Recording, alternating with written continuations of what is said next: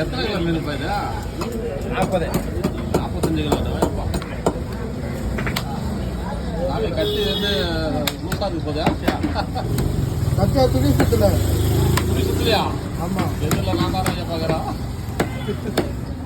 பரவாயில்ல, கத்தி தட்டி வந்துங்க ஐயா. கொஞ்சம் போட்டு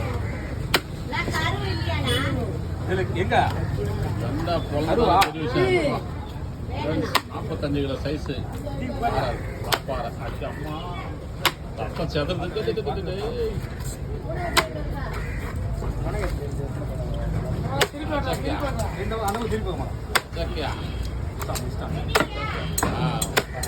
ஓரளவுக்கு கட்டி கட்டிக்கு இறந்து அது பொக்கையான போகுது. இவ்வளோ தலைவர்னா பொக்கை ஆகத்தான் செய்யும்.